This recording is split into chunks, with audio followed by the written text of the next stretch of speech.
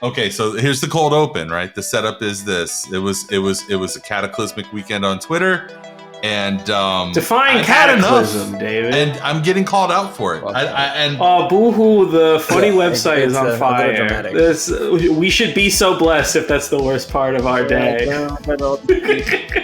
You had a much needed break, is what you did. Okay, we all. Can I tell you? Okay, so let's put a name to it. All right, I deleted my Twitter, and I think I'm in the right. I think that it was the right thing to do. And what makes me think that? Are you back, guys? No. And what makes me think that is that yesterday I didn't even try to open it one time, and at 10 o'clock at night I realized that I hadn't even tried. Guys, 72 hours is all it takes to exercise. I don't want to leave. What is it? I enjoy cessation, whatever, to remove it from your fucking DNA. That's all it takes. I don't want to, and I'll tell you why. Yeah. I think Elon Musk is the best thing that happened in Twitter. Yes. A, because it's funnier than ever. B, we get to laugh at billionaires and how stupid they are and incompetent, because I mean, the guy does suck at it. C, what happened on Saturday was good. I mean, A, we all got a needed break. It was hilarious. See, everything's back to normal. You don't need to log in to see the tweets. You no rate limit. The guy forgot to pay his Google domain. I'm sorry, we all don't put automatic pay on everything, David. Okay, it could happen to you. It could happen to me. I know. I have some compassion for back when I wasn't. You know, when I was a broke boy like Elon. I remember, and like, David, I used to have to time out my payments. Yeah. I got a Blue Sky invite. I'm on it now. It is boring. Why don't you invite me? I've been begging people to invite me to Blue Sky. It's not Parlor great. for libs. Maybe it'll get better, it's but Parlor for libs. It's just a bunch of like libs. It's just a bunch of like Democrats in there, and like sure, it's like a bunch of people that somewhat think like me, but I want the fight. I don't even want the fight. I want the embarrassment. I want to go on and see. Yes, I want to see, because that's the thing is, we were talking about like how much of politics has been foreclosed upon since Biden's victory, and what used to feel possible now feels less so. You can still watch them cry, laugh, emoji themselves into oblivion. You can still tell them to go fuck themselves. You can post this picture and 5 people will see it.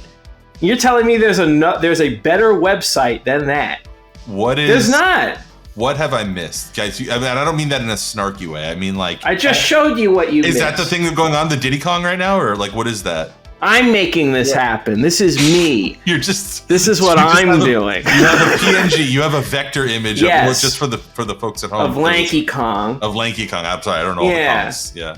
Well, that you would know if you saw the Super Mario Brothers movie, of which the Twitter discourse was more and the Twitter discourse was more interesting than the actual movie. Okay.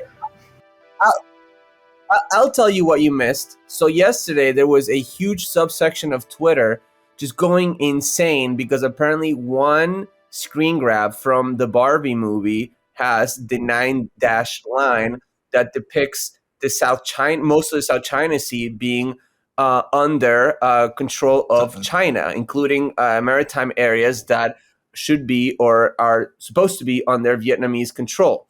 So Vietnam banned the Barbie movie, and you had a bunch of like Republicans being like anti-China, a bunch of like libs, defending Barbie. You had like a Vietnamese section of like Twitter just going nuts, being like, this is a disgrace that they, defending Vietnam, banning Barbie.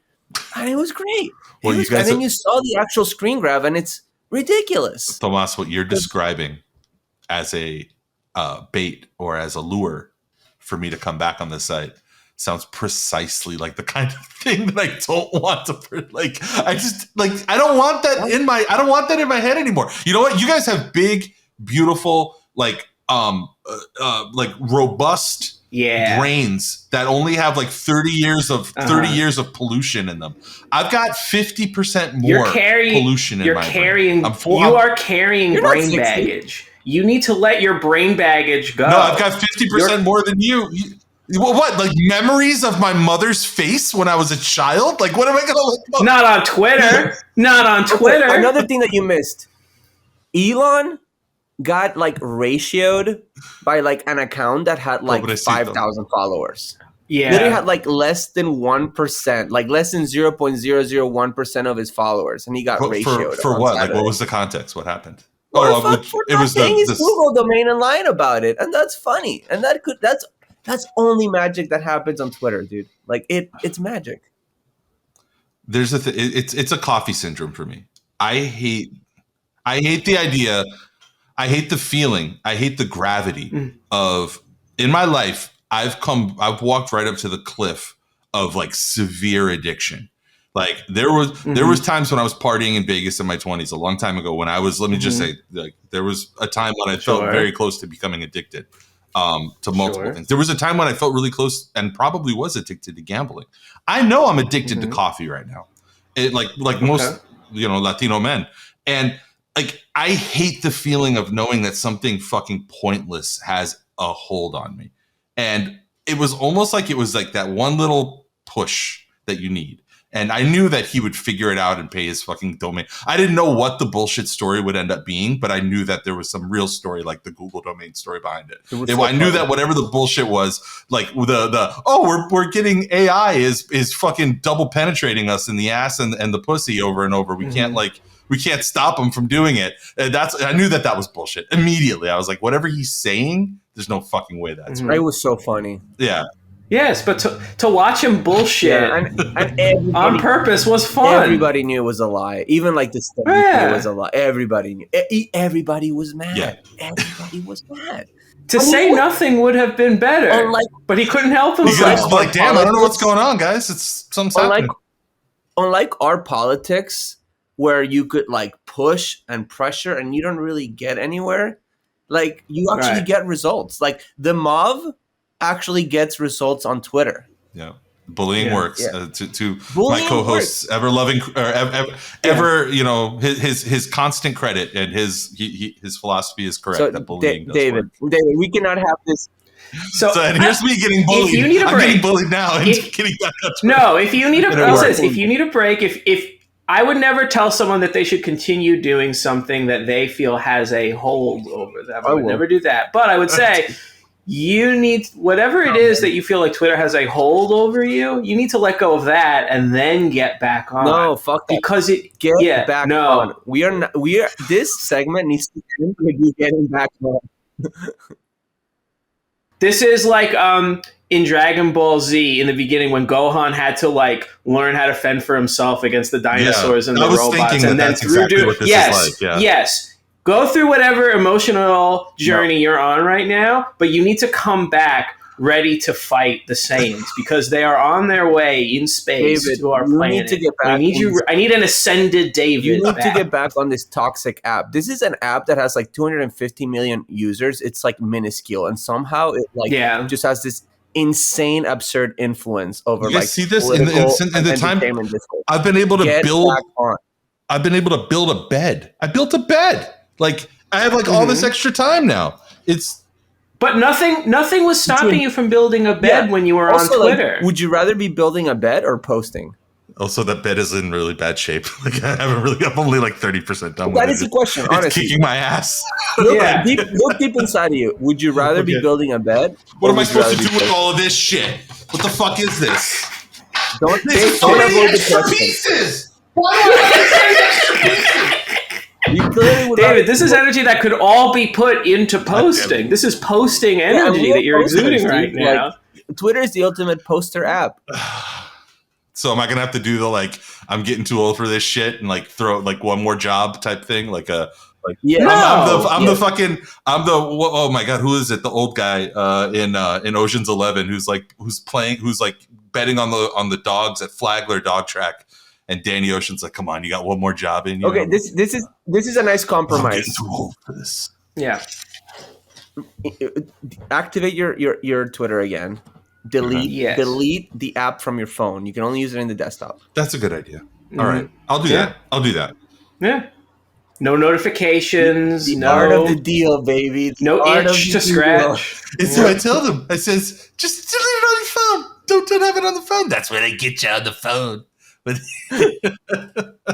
but look, I will say this though. Like, have you guys not noticed? And I get that you guys are you're playing the part of the evangelists right now. But like, have you guys not noticed like the symmetry of the way that the new blue checks work? Where like other blue checks were like, okay, this guy's like a columnist for The Economist or some shit, and it's like he's annoying in his own way, or he's like some dude from Bloomberg Views, Noah having opinions or whatever, and like, but at least it's like, I don't know, there's some vegetable matter in there. And what the people who have the blue checks now, it's I mean, even beer is at least, it's beer. It's empty calories, but it's beer. The people who have the blue checks now are just, it's trash. It's like eating, I don't know, like really bad tofu. It's the worst shit, man. And like, that's the part I kept trying to block and block and block and block. And that, if it wasn't for this fucking strategy of putting the very dumbest motherfuckers at the top of every reply, it would be like a, I don't know, maybe just like a markedly better experience. That's the one that made it so shitty lately. I disagree because there's what it shows to me is there's no density of Twitter Blue users, because on every post it'll only be like the same ones. two to five max. Like it's 2 to 3. So you scroll past these 3 dumbasses and everyone's reply is there, and everybody gets to dunk on the Twitter Blue guys. I don't know. I kind of like it. I don't know. I'm not bothered by it at all. I think it's funny. And like the funniest part is all the Twitter Blue users who have like 200 to like 1,000 followers, like nothing. Yeah. And they're all like super fucking mad that like they're not experiencing any growth. So it's not like Twitter Blue is even like, it's not doing anything. Like all it's doing just pollution. It's just pollution. But it always was pollution. It always was pollution. Nothing has changed. The problem with these conversations is like when you cast the net wide enough, you realize like it's just all pollution. It's just all fucking trash. And we're swimming in it, and we will. That's how we get stronger. We get stronger by swimming. Yes. All right. Yes. So yeah, follow me at David_Quiñones. Let's fucking go. There you go.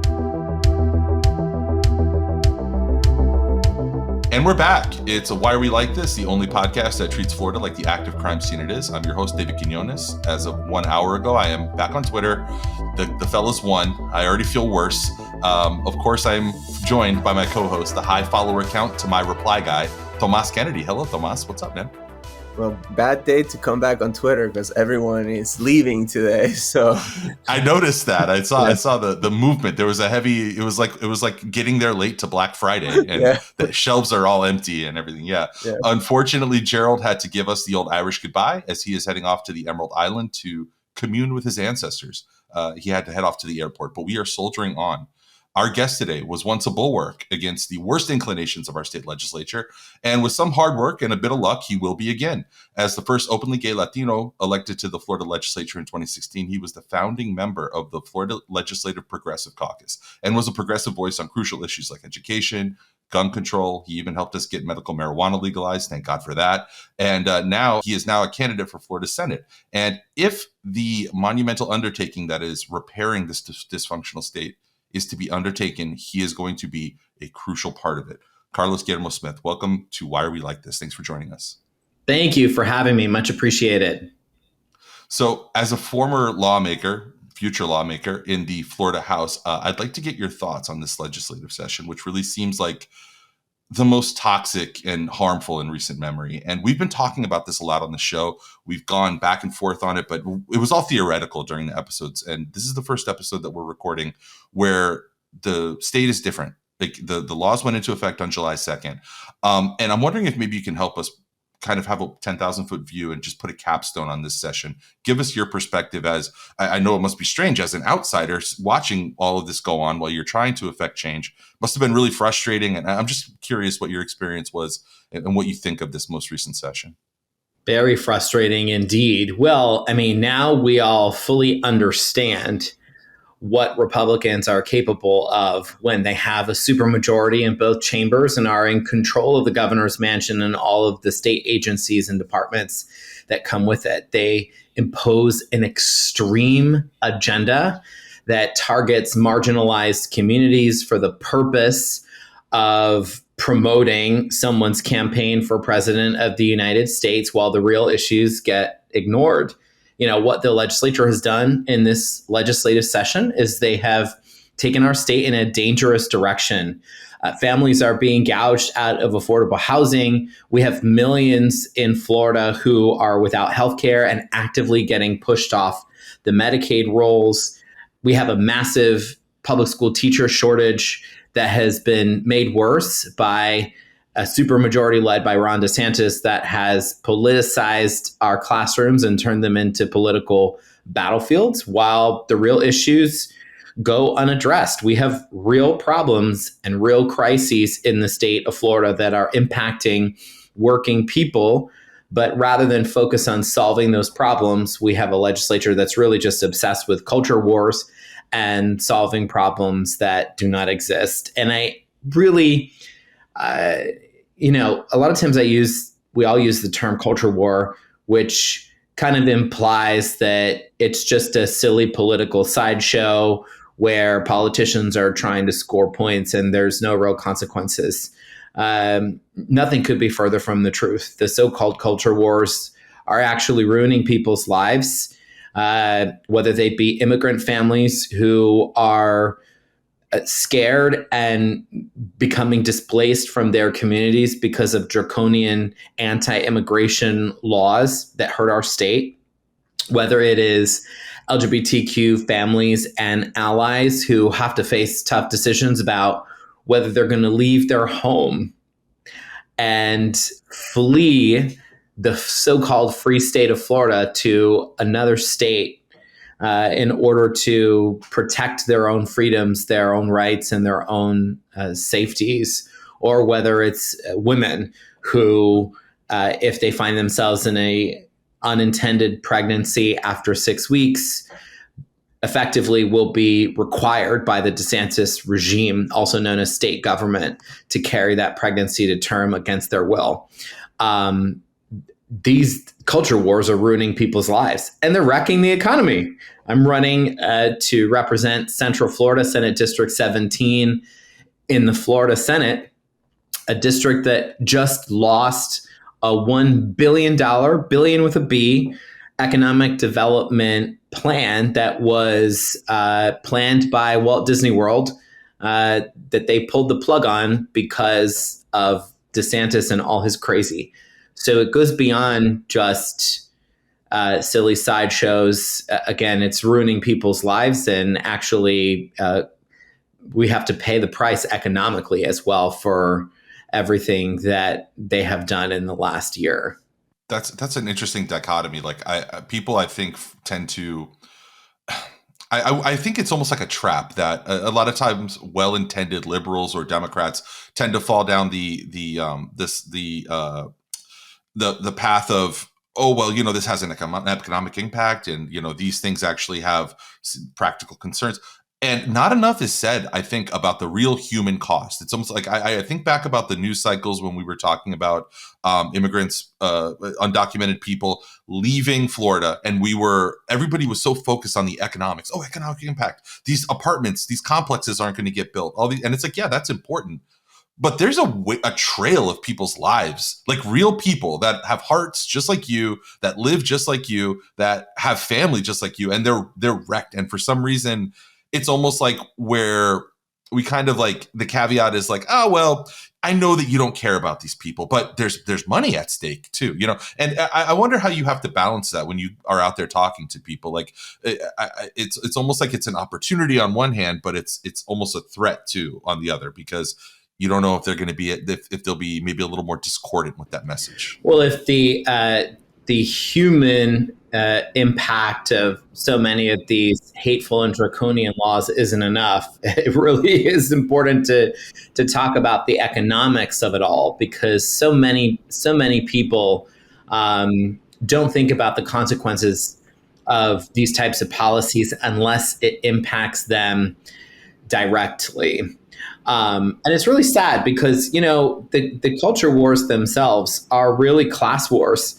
You hear about this with abortion access all the time because it's true how restrictions on abortion impact people of color and low-income women the most. That's true. They're the ones that suffer the consequences. It's folks who are more privileged who are able to leave the state of Florida, for example, if they need to get access to abortion services and won't think twice about it. It's an inconvenience, but they have the resources to do that, versus low-income women are not likely to have those resources. The same thing is the case with LGBT people. I'm asked all the time, so why are you staying in Florida? What is, are you staying, for what reason? Or, you can just leave.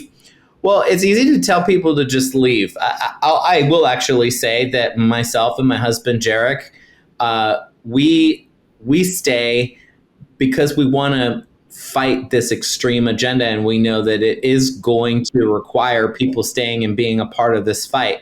But the fact that I'm able to do that is a privilege that me and my family have. It's a privilege because we can stay and fight. It's a privilege because, let's say, we don't have kids in the public school, and they are not impacted by the Don't Say LGBTQ law, now expanded to 12th grade, that sends a terrible message about who they are, or who their family is, or who their two dads or their two moms are. We don't have that to consider. Oh, we're also cisgender, and we've not had life-saving healthcare the way trans folks have had, in many ways effectively revoked from them because of these hateful laws meant to restrict access for trans people. But I say that from a point of privilege that we can stay and fight these fights, but not everyone can. And for those who are facing the brunt of it, whether they are transgender themselves, and they have struggled to safely exist in the state as a result of these policies, or perhaps they have a transgender child or non-binary child in their household that they're sending to school that they accept and they affirm.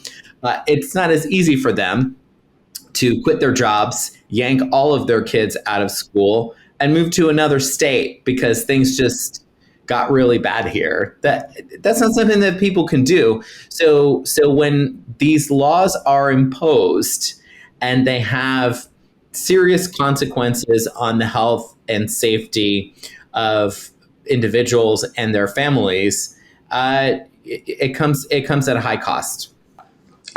I'm going to derail the conversation a little bit. I think it's related, but I need to ask you about this because, last week, or I think it was this week, actually, the DeSantis War Room Twitter account, which is, affiliated with his campaign. This is not his PAC. People need to understand this is not his PAC. These are not his fans. This is his campaign. And that War Room account is run by Christina Pushaw and other staffers who was formerly in his official government side, she was his press secretary. They released what I think is, and I've been doing this for almost a decade now, and I've been looking at politics for longer than that. I think the most insane, unhinged campaign ad that I've ever seen by a major political figure in this country.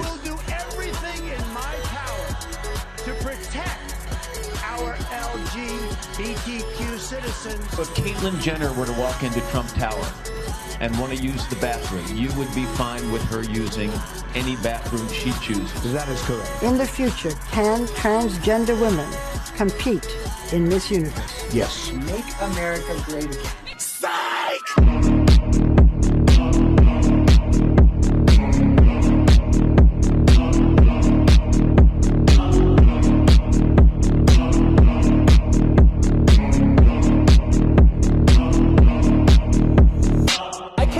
Anything more horrifying. It really has shut down drag. Just produced some of the harshest, most draconian laws that literally threaten trans existence. Congratulations, Ron DeSantis. Mission accomplished. You win. But when you saw this video, like, as somebody who has been so prominent in LGBTQ issues, in other issues that intersect with LGBTQ issues, and as an incredibly prominent LGBTQ lawmaker in the state, like, what was your reaction to that? Because, again, this was the most homophobic, hateful thing I've seen by a major political figure in politics in the United States ever, honestly. Maybe there's more, but, like, I was just shocked. And it takes a lot to shock me. It was shameful and disgusting and bigoted and homophobic and transphobic and totally on brand for Ron DeSantis. Totally on brand.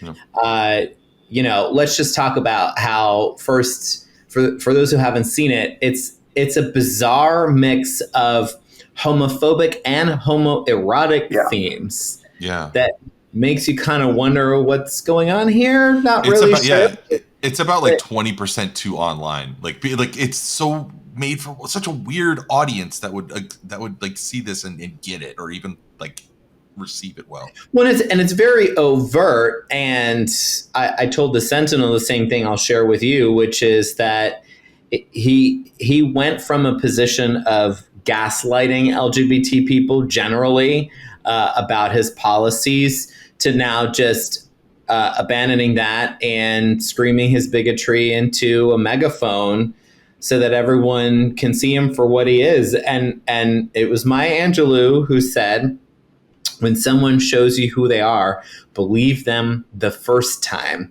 Why didn't people believe Ron DeSantis when he showed us who he was, when he vetoed critical funding for Pulse nightclub survivors? Who does that? After standing outside of the club with you and other activists at the time. Right. After holding a rainbow lapel. Standing on sacred ground where 49 mostly LGBTQ people of color were killed, and looking at Pulse survivors like Brandon Wolf in the face and promising to never leave this community behind, that 2 years later, he would vindictively and without explanation veto critical mental health funding for Pulse survivors and family members. Who does that? What does it say about Ron DeSantis that he took that action? What does it say that he told a bold-faced lie to Pulse survivors in plain sight while the cameras were rolling, and turn around and stabbed our community in the back and effectively declared war on us? What does it say about Ron DeSantis that in the video he would criticize Trump for saying he'd protect LGBTQ people after the Pulse nightclub attack from terrorism? A horrific tragedy that happened in Ron DeSantis' own state to his own constituents, that he would disparage Trump for saying that. Now, that was an empty promise that Trump made in order to score points at the time. But it just speaks to who Ron DeSantis is, which is frankly an awful person. And it's not a surprise to us. He's been doing this all along. How can people clutch their pearls, like, for example, log cabin Republicans, and be like, oh my God, this ventures into homophobia. We can't believe he would do this. What do you mean you can't believe he would do this? He's been doing it. Yeah, and you endorsed him. And one of the hallmarks of fascist regimes in their propaganda is interposing these sort of like hyper masculine, images, and news items, and again, propaganda pieces, right? And the video that we just played, you see like men with suits smoking, Patrick Bateman, which that escapes me because that's a movie's that critique of Wall Street culture and capitalism and toxic masculinity, but whatever. But the part that, and I hate being the like, well, I'm actually guy, but it's interposed with these images of Achilles, Brad Pitt's Achilles in that movie Troy. And Achilles and Patroclus we're like gay lovers, which was very common in Greece. So they also don't know the material. Like, you know what I mean? Like, it's just not only hateful, but it's also stupid and ignorant. But, you know, I also wanted to, again, I don't want to harp too much on this, but like because you're right, Carlos. We all knew who DeSantis was, right? And those of us who have been paying attention knew who he was before he was governor, because we were paying attention to him as a congressman.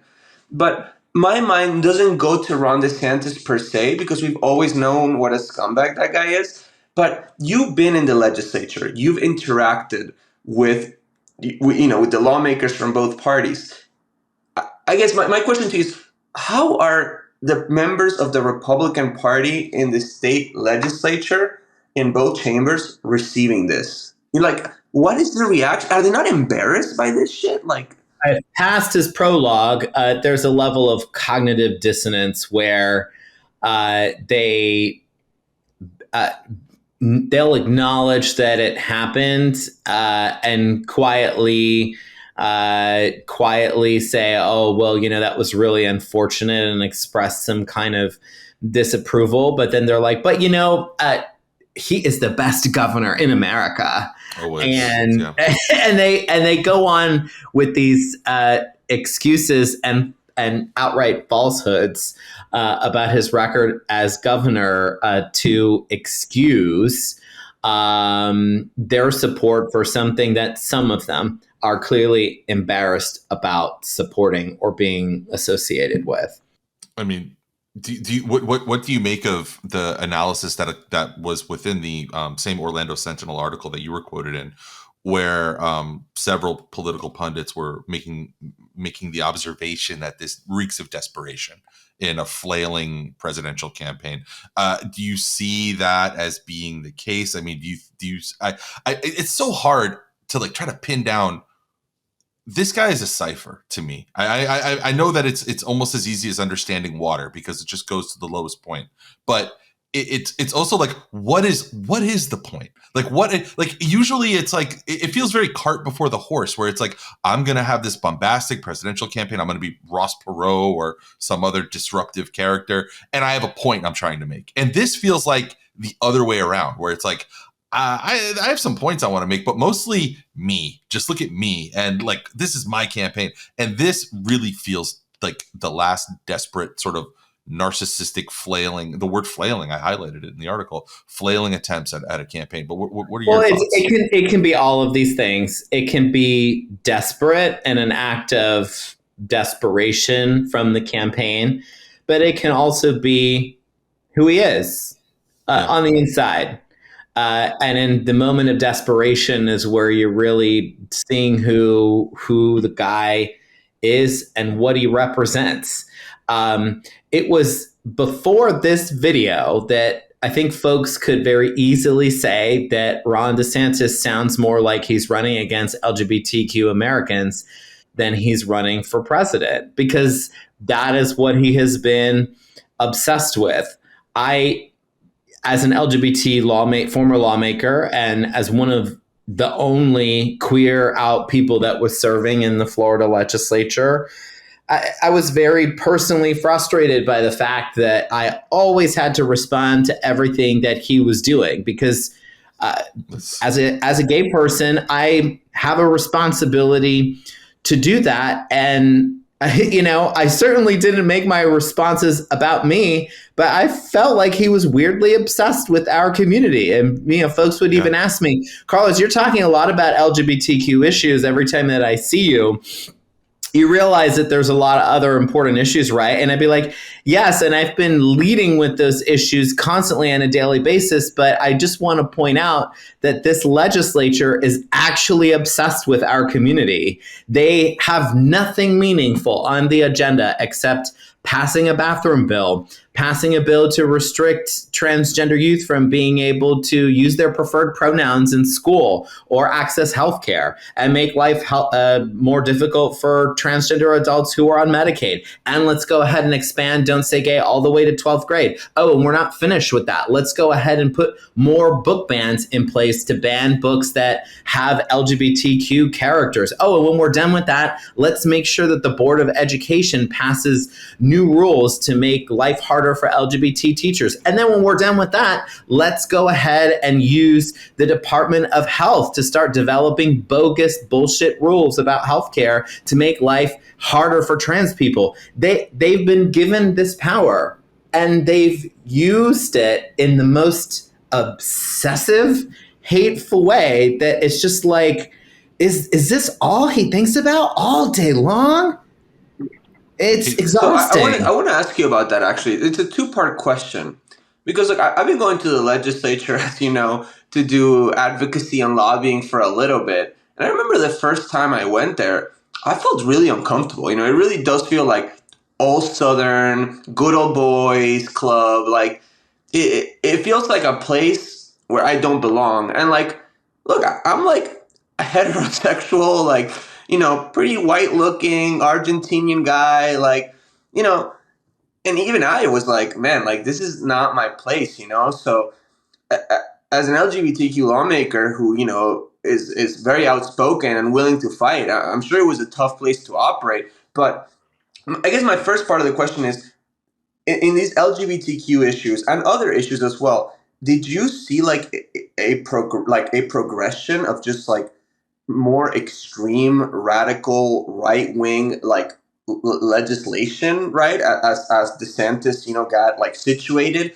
And then the second part of my question is, as this, which obviously I think we're going to agree that things got progressively more extreme, right, in the last few years through your tenure in the House of Representatives. Do you think the fever will break? Because in this podcast we are fully invested in the belief that he is not going to be the nominee and is going to come back into Florida pretty embarrassed. Do you think the fever will break? Do you think you'll see more dissent in the ranks, a more independent legislature? I hope so. I certainly hope so, because Republican lawmakers, with very few exceptions, have been more than willing to play the role of being DeSantis's, water boys. That they're yes people. They're yes people that are there to never challenge him, to not be the separate but equal branch of government. They're hopefully riding his coattails. They want to ride his coattails. Yeah, they want to ride his coattails. Oh, he's so popular. We want to give him everything that he wants. And then there's a level of buy-in into the extreme agenda that comes with that. I can't speak for them, but that if they are voting yes on all of these bills, then they own those policies. And if they can't explain their voting record to their own children or their own grandchildren, then that's on them. These are really, really hateful laws that are going to be seen in history, that history is not going to be very favorable to. And I'm not just talking about anti-LGBT laws. We're talking about the complete and total loss of academic freedom in higher education. I mean, look, he has banned diversity, equity, and inclusion programs in state universities and state colleges. He has restricted, through that higher education law, certain topics from being included in curriculum in state universities and state colleges. I thought this was about protecting the children. These are grown-ass adults that he doesn't want hearing about topics related to race or gender or sexual orientation. What kind of society are we living in that these topics are censored in higher education of all places. And they wonder why we have a brain drain in Florida and all of these applications for faculty, for academics, for professors in our state colleges and universities are going unfilled. What academic in their right mind wants to come teach college or be a university professor in the state of Florida? None of them are coming. I actually got into a PhD program last year at FIU, fully funded. And one of the main reason why I ultimately decided not to pursue it was like, I don't want to be here 4 or 5 years and have to deal with that and do research here and operate in this environment. It was like a major life decision. It was one of, you're at a crossroads. And ultimately I said, no, I don't want to do this in this state. So yeah, you're completely right.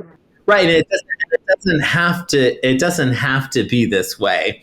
It does not have to be. We don't have to be in this place where, Florida is now a different state and there's nothing I can do. Au contraire, we just saw definitive sweeping election results in Jacksonville and in Duval County, where the Democratic candidate Donna Deegan was elected mayor of Jacksonville, where nearly every single contested race in Duval County, which is traditionally a more conservative county, more conservative part of Florida, Democrats won all the races. And this is just a few months after DeSantis wins his election by 19 percentage points. It has everything to do with the extreme agenda that the Republican supermajority has imposed on Florida in this last year. Has everything to do with us having amazing Democratic candidates at the local level who have focused on local issues, and it has everything to do with enthusiasm from those voters and wanting to get out the vote. One thing that I talk to people a lot about is the different level of energy and enthusiasm that I'm getting from voters in our area in Orlando for the 2024 election. Why? Because I remind them that on one ballot in November, if we do this right and put in the work, folks will be able to vote to protect abortion rights in the state constitution. They'll be able to vote to reelect the first Gen Z member of Congress, Maxwell Alejandro Frost, to send him back to D.C. They'll be able to vote to send Ana Escamani back to the state house, and they'll be able to vote to send me to the state senate, all on one ballot, which is something that is very motivating, especially for young people in our area, to be that enthusiastic about a ticket where they can not only be represented by people who reflect their values and that care about solving real problems, but also that they'll be able to protect their rights on the same ballot as well. Yeah, Carlos, actually, boy, do I wish we had that in Miami, David, that type of ticket. But Carlos, I actually want to give you some major props.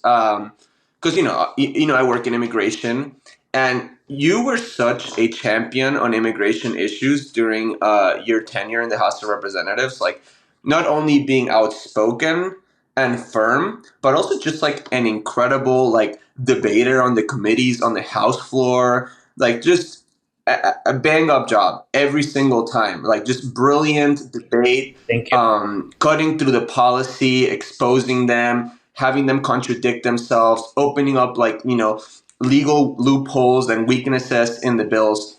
But something that you said earlier made me think about this, which is you had people telling you, why are you focusing so much on the LGBTQ issues? And I'm sure as a Democrat that was outspoken on immigration issues, and I don't mean all Democrats because there's plenty of ones that stood with us, but I'm sure you had people saying, Carlos, why are you going so hard on this immigration stuff? This is not a, bread and butter issue. It's a little controversial. Why are you emphasizing it so much? Oh, first of all, props for always holding strong. But you have been vindicated, right? Because they have just passed the harshest anti-immigrant bill at the state level in Florida that we've seen nationwide, right? Yep. And SB 1718. And going back to an earlier point, not only has it left a trail of broken homes and families and people leaving their states and having their lives uprooted, it's actually literally destroying the state's economy. And it's not just immigration advocates that are saying, it's not just activists, it's not just immigrants, it's not just the news anymore, it's not just reporters, it's actual Republicans, right? I'm sure you've seen these videos of Representative Rick Roth and Alina Garcia and Juan Barquin, begging immigrants to stay, lying about the bill, saying that it's just only political bill, that there's no teeth on it, begging these people to stay and work these jobs that nobody else wants to do. So, yeah, I mean, I guess what's your thought on that? And it's a broad question. It's not just about immigration, but just this propensity to just do harmful stuff that I'm not sure if they understand that it's harmful, but they're just willing to pull the trigger on these things for short-term, for a short-term political dopamine hit, and like little boost in their like campaigns for like, I guess like a primary, but are like long-term very destructive. Yeah, I mean, look, the reality is that this is the equivalent of, the dog finally catching up with the car. Yeah. They have been talking about how they have wanted to impose these draconian anti-immigrant laws forever. And every year they incrementally got closer and closer until they have this terrible, terrible law that has a real impact. People are rightfully scared. There's major consequences for folks that are not in compliance with this law. And I guess maybe Ron DeSantis didn't get the memo that there were nearly 800,000 undocumented people that live in the state of Florida, and that we have a real labor shortage in the state of Florida in a number of different industries, and that actually immigrants are part of the solution to so many issues that we have in the state of Florida, to so many problems that need to be solved. Immigrants are such an important part of the solution, especially when it comes to being able to fill these job shortages that we see in critical industries. And so, it's really surreal to see some of those Republican lawmakers, after they voted for it, being like, oh, well, we can always change this bill, and, we can always go back and we can say, yeah, but a lot of the damage has been done. And I'm sure that there will be an effort to revise some of these laws. But I'm going to be real. If people want to see some of these laws repealed, they need a Democratic majority in the Florida legislature to see a lot of this go away. We're not digging ourselves out of this hole in the near future. One election cycle is not going to undo a lot of the damage that has been done. There's also litigation is a very real option as well. But I think it's important for folks to really get past whatever their visceral knee-jerk response is to the topic of immigration, because we heard debates in the legislature over years and years and years that never made any sense. Like last year when they started making false accusations about immigrants who were being human trafficked across the country using our taxpayer money. They would make these bullshit equivalencies where they'd be like, well, folks just need to come the legal way.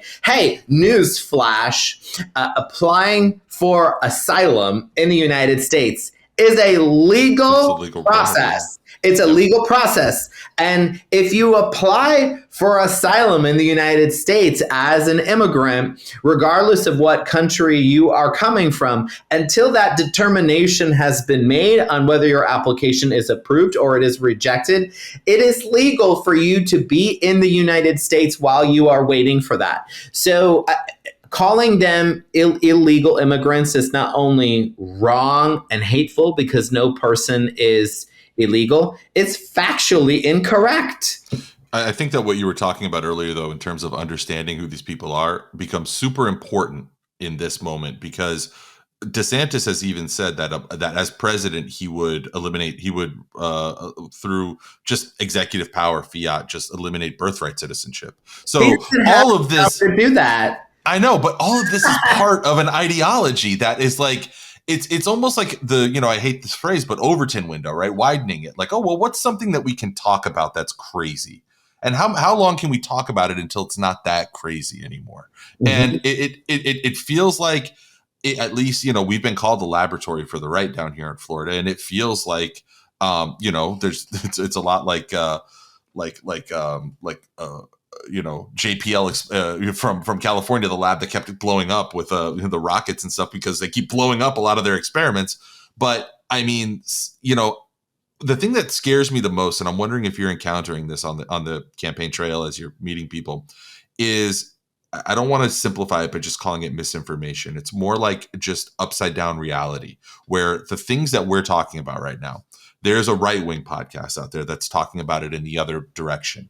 And there is just pure, like, I remember the narrative on social media in the first week, going back to the viral videos that were taken of empty construction sites, were people just straight up saying that's not happening. Yeah. It's not real. It doesn't exist. And it's like, there's a video right here. There's a guy talking, giving context. There's multiple people narrating it and doing selfie videos. And it's time stamped. It's Tuesday at 8:30 in the morning. Like, well, it's like the book bans. It's like the book bans. DeSantis put out these very strong statements. We don't have book bans in Florida. And people pulled up his most recent press release talking about all the books that they banned in Florida. What do you mean there's not book bans in Florida? You talked about it in a press release. The same week, and we've talked about this on the show, the same week that happened, my company, we were doing a charity event at a Title I school where we were rebuilding their media center for them, and a colleague of mine and I stumbled into a back room, and sure enough, 10 copies of the biography of Malcolm X, 10 copies of what you need to, on the elementary school level for like 5th and 6th graders, what you should know about HIV and AIDS. Like, this isn't, the Communist Manifesto. This is like informative. This is literature that I, in the 90s in public school, had access to when I was, in elementary and middle. Like, this should be fucking settled. And you're right. It's mind bending. It's like, well, no, that's not actually happening. I don't know. How do you even, I'm sure you must run up against that. Like, it's not a matter of debating. Yeah. It's a matter of, I don't know. I just want to say, before I pass it over to you, Carlos, this is going to be a controversial take, but I'm a bit of a free speech absolutist. Like, I fully believe within age, in an age appropriate way that people can understand, like kids can understand. But I think that kids should be exposed to all sorts of like political ideologies and history, and they should be given proper context. You know what I mean? Like, we shouldn't try to hide from kids like atrocities and wrong things in our history and things that we got wrong, and oppression and racism and everything bad that we did. Like, we need to teach those things. We need to teach history. We need to teach context. Otherwise, like, we are gonna, produce a society of either idiots, of either reactionary people, or either the kids are going to go and find it on their own and they're not going to have proper context. You know what I mean? But we have no context, and to the point we keep hearing about indoctrination. Indoctrination is happening in Florida schools. Yes. Our kids are being indoctrinated into ignorance. That is what the effect of these policies are. That's going to be the next generation if we don't take this state back from the extremists, which is what we're fighting to do. Yeah, it's crazy. Like, we were always the party of free speech, right? And the side of free speech, if anything. But it's just crazy how the other side has just completely, while at the same time trying to, still own the whole freedom thing, they are very open about their desire to suppress ideas that they don't like. It's just wild to me how the other side has just become so comfortable with suppressing ideas that they don't like, and they just say it openly. And I don't know, it's just wild to me that where we're at in this state. It really is. There's this idea, and Carlos, we should have you back on to talk about this, because there's this idea in sociology. It's like this concept that familiarization breeds tolerance, right? And you hear this all the time anecdotally, where somebody's raised in a particular culture, right wing or more regressive culture, and they go off to college and they make their first gay friend, or they make their first black friend, and that's where it's like, oh man, all of that stuff I learned is bullshit. But if you go to a college where all of the gay people and all of the black people have been scared out of the state, and everybody, all the administration has been cowed by, like, you know, by the government to, you know, eliminate the talk about who they are and to not address identity and not address experiences like that, then yeah, you can get all the way up to be a 65-year-old adult and maintain those same reactionary viewpoints and never be challenged on it. Well, and this is where we discover the motivation. I think it's very clear what Republicans are doing because they're scared. They know that their policies are overwhelmingly unpopular with young people in particular, and they are running out of time. You know, young people are not into extreme abortion bans. They're not into anti-gay and anti-trans rhetoric. They're not into censorship of our history and the overt racism that is coming from Ron DeSantis and his accolades in the Florida Legislature. And so by doing an overhaul of higher education and of K through 12 in a way that is reliant on censorship, but also regime control of ideas that are being presented in the classroom, they are trying to take control of something that they are losing control with in the future, which is young people graduating and being more open-minded about the world and rejecting these types of hateful policies. That is a threat to their power, and they're trying to suppress it. And they're also trying to control what young people learn about because they think that they won't turn out to be so opposed to their radical extreme ideology. So speaking of running out of time, we are up against the hour, and we want to thank our guest today, who was Carlos Guillermo Smith. He's running for Florida Senate in District 17. You can follow him, and you should follow him on Twitter at Carlos G. Smith, and contribute. Find out how you can help out. Figure out how to volunteer over at www.carlosguillermosmith.com. Carlos, thank you for joining us today. We really appreciate it. Thank you, David.